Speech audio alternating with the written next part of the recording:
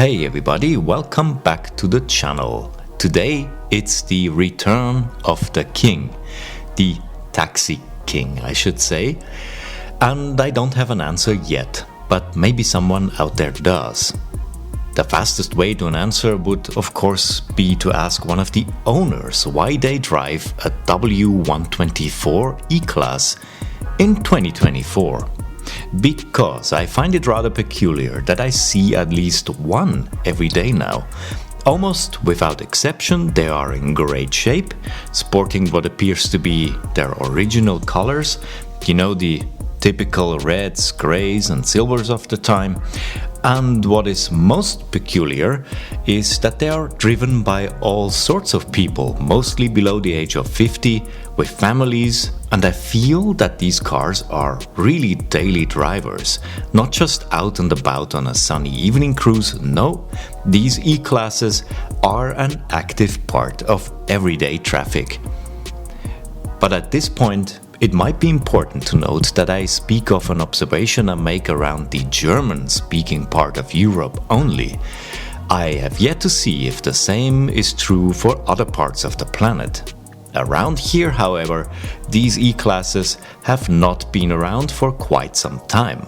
But then it all started not too long ago when I spotted a very beautiful example, dark grey, all polished and shiny, parked in front of a famous, very posh Vienna cafe. This marked something like a starting point from which on these W124s seemingly kept popping up all over the place.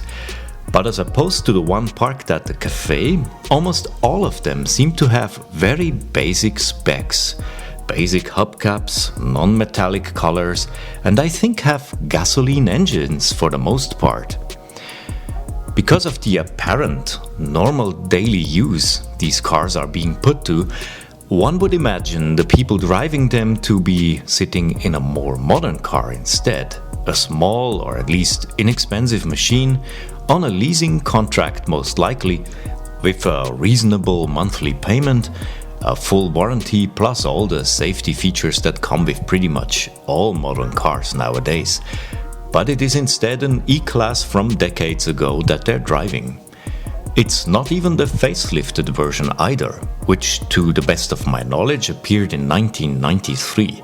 So each of these cars is at least 31 years old.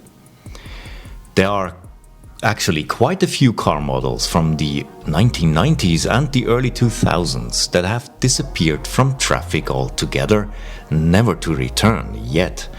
The Audi A8 comes to mind, the D2, a rare sight nowadays, as is the E39 5 Series. Where did they all go? Well, to the east, I suppose, where they lived a second life, so to speak, which lasted in some cases several hundreds of thousands of kilometers more.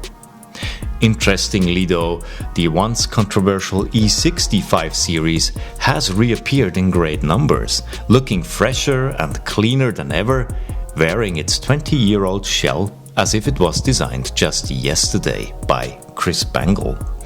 Another car that has also re-emerged in traffic is the E36 BMW 3 Series, in all shapes and variations. It's crazy how modern some of these older cars still look. But getting back to the three-pointed star of today's episode, I do have the sneaking suspicion that these cars have never been on the used car market in the first place. The color schemes, the basic spec configurations and the overall condition of them leads me to believe that these have been in the same hands all their life, bought new in the late 80s and early 90s by people who wanted good, dependable transportation and could afford the most prestigious brand offering the highest quality. And now, 30 years later, many of these well cared for and serviced machines are taken over by their kids and grandkids who get to enjoy some pretty valuable attributes these cars still do offer. They are, for instance, very comfortable to drive. The mechanics are relatively easy to fix and seemingly never break. They look cool, and despite the lack of some modern safety equipment, they already do feature some vital elements for passenger and even pedestrian protection. It's got a modern, airy cabin with big windows that let in lots of light, and you could even make an argument for sustainability here, because these cars have been built exactly once, each 30 plus years ago, and, at least here in Europe, have not been shipped around half the planet to get to their owners in the first place. Plus, there's always, of course, a sense of occasion when cruising around, looking at that three-pointed star in front of you. And then there's the styling. I have just walked across town, looking at all kinds of modern cars in traffic.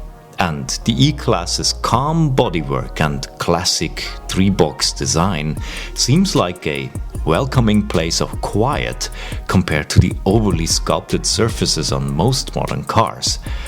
I do, however, like a diverse field of car design, but often the creases and lines of modern cars do fragment and reflect the surroundings in every possible direction. Add to that a massive orange peel effect on the paint, as seems to be in great fashion nowadays, and what you get is an oftentimes unrewarding image, to put it nicely. There's simply too much going on. A car's bodywork is, among many other things, a mirror too. So, in maybe a bit of a poetic fashion, I would say that I feel that a car's outer shell should sometimes let the reflected surroundings simply speak for themselves. And the W124 does just that. So, maybe after all, the new owners actually made a conscious choice and said, for my budget, it's the best or nothing. In any case though, thank you very much for watching. See you next time.